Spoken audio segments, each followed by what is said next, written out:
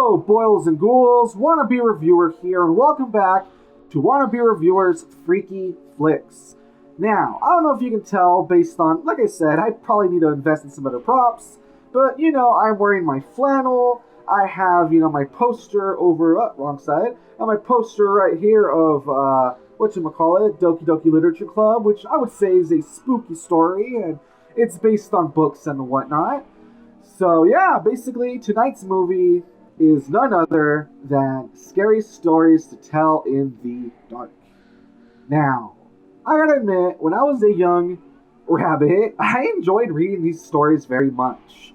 Well, the, stories themselves, they can range anywhere from being like creepy to kind of dark comedy to like kind of gross out, sort of stuff. I think one thing that always stood out and really, elevated them to another level was the art.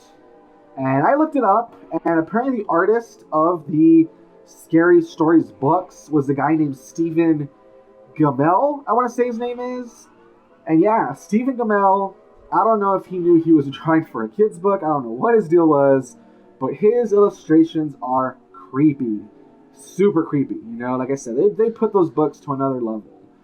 So yeah, when I heard this movie was going to come out, I was a bit worried. I was wondering, how do you make it work? How do you take those illustrations and like the feeling of reading through the book? How do you put that into like a movie format? Upon seeing the first trailer, to me it kind of seemed like it was going to be very much a Goosebumps sort of thing, like the Goosebumps movie where it's going to be, these characters running around this world where all the stories have maybe come to life or whatever. And luckily, even though it does kind of go in that direction, I do want to say it still has its own unique thing going on, so I'll get into that in a moment, But yeah, starting with the plot, for anyone who doesn't know, the story takes place in 1968. Not sure why, I would have thought it takes place modern day. Why they chose that year feels kind of random, but 1968. And it takes place in a small town. And basically, we follow three kids. Their names are Stella, Augie, and Chuck. And these three, they're friends, and they're kind of trying to pull a prank on the local bully.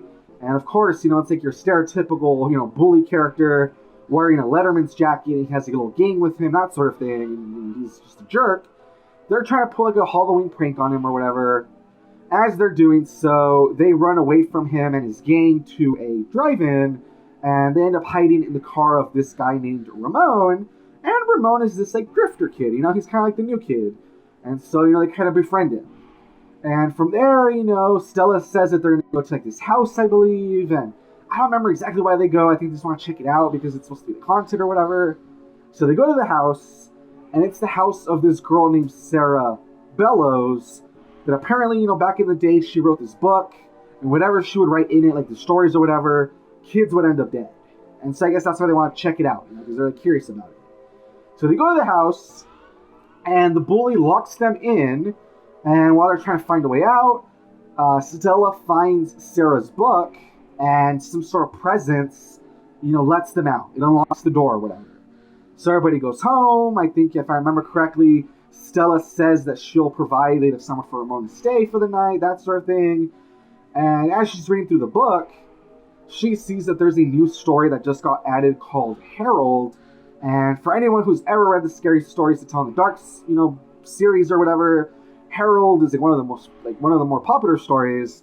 It's about this scarecrow that these farmers are kind of mistreating it, and they're always spitting in its face, that sort of thing.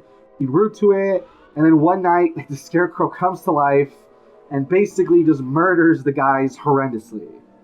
And sure enough, the bully, I think his name's Tommy, he is starring in this new version of the Harold story. And sure enough, he has a run-in with Harold the Scarecrow, and he meets a bad fate or whatever. And from there, basically where the story kicks off is that every so often when Stella and her friends look in the book, they'll notice that a new story is being written before their eyes. And they can tell who's supposed to star in it. And so it becomes a race to help their friends so they don't meet these grisly fates. And also trying to figure out how to stop the book, So overall, like I said, I actually liked how they pulled it off, Like, it is similar to like the Goosebumps formula of like running around and fighting with different characters come to life, but it is a little more interesting where it's not just like, oh, the characters are just out there and they run into them. There is that tension of like, oh man, the story is going to play out and we have to like save the person or whatever. So I did think that was really interesting, and I did think the tension and like the action of running around and there's like a time limit and stuff. I did think that was really good. Likewise, I really liked not the character. Yes, the characters, but I mean like the monster designs, like those characters. I really enjoy like their designs and stuff. Guillermo del Toro actually helped produce this, and if there's one thing Guillermo del Toro knows, it's how to like make like creatures and stuff using like practical effects. And yeah, I mean, apparently if you look at like the behind the scenes stuff of the movie, you kind of like do a little bit of research. Yes, they use CGI here and there, but a lot of the stuff is actually practical effects, and I think that's really cool. And so I enjoyed that, and piggybacking off of that, not only did I like the designs, but I really liked how faithful the adaptations of these like monsters and stuff were to the stories, Like, even though like the Harold story, for instance, goes a little differently because, instead of some farmers, he's attacking his bully, I still liked how they brought Harold to life, and I liked the tension and, where he's like kind of stalking the bully through this like horn maze, and like all of that just felt like really faithful to the book. It's kind of how I would have imagined the story of Harold going down, and the same with some of the other stories. So I thought that was really good. I liked that it was faithful in its adaptation. When it comes to the characters, I did like two of them. I liked the main girl, Stella. She's kind of like a bookworm. She's the one who's really interested in like horror stories and Sarah Bellows' book and the mystery of what happened to her, that sort of thing. I liked her. I thought she was interesting, as a protagonist. I thought she was cool.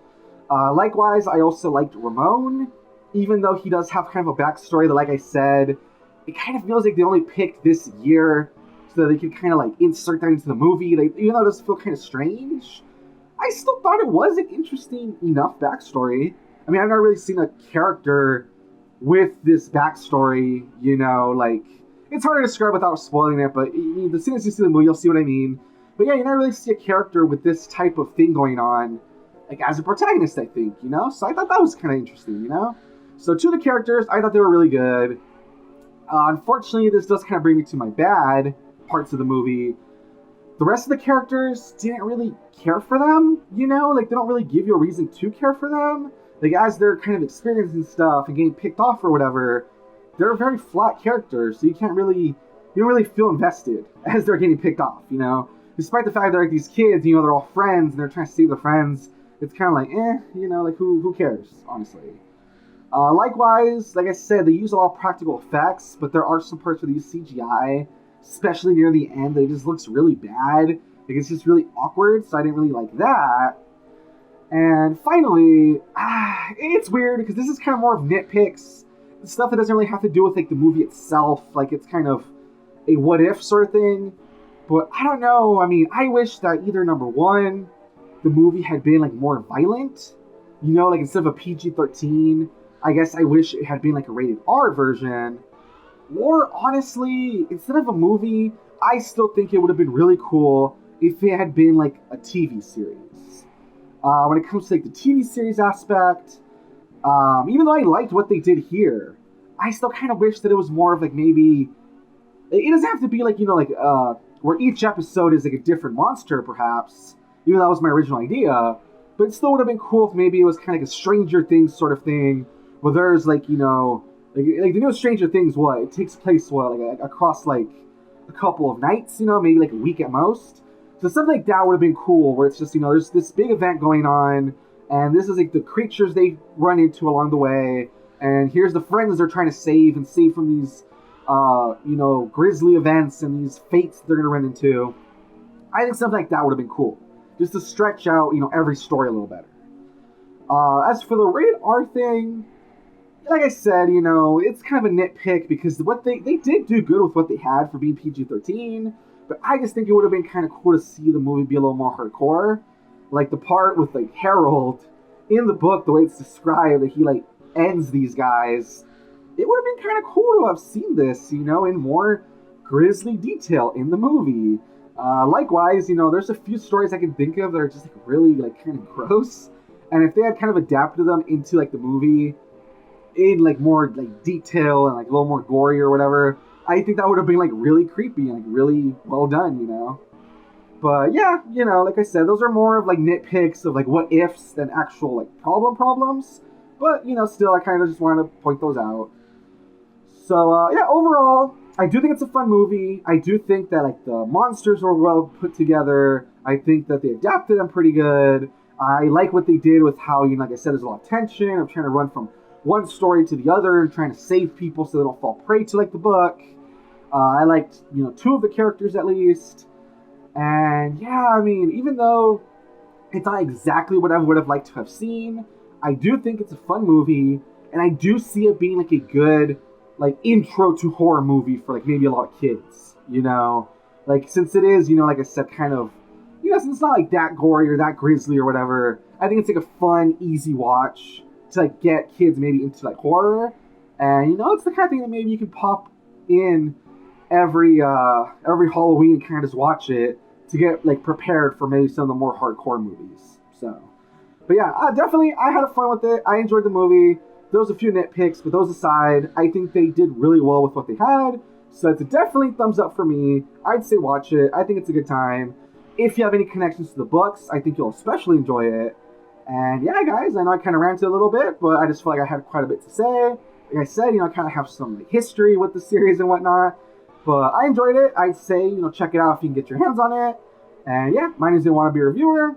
Hopefully you guys enjoyed my review. This has been Freaky Flicks, and I will be here tomorrow with another film.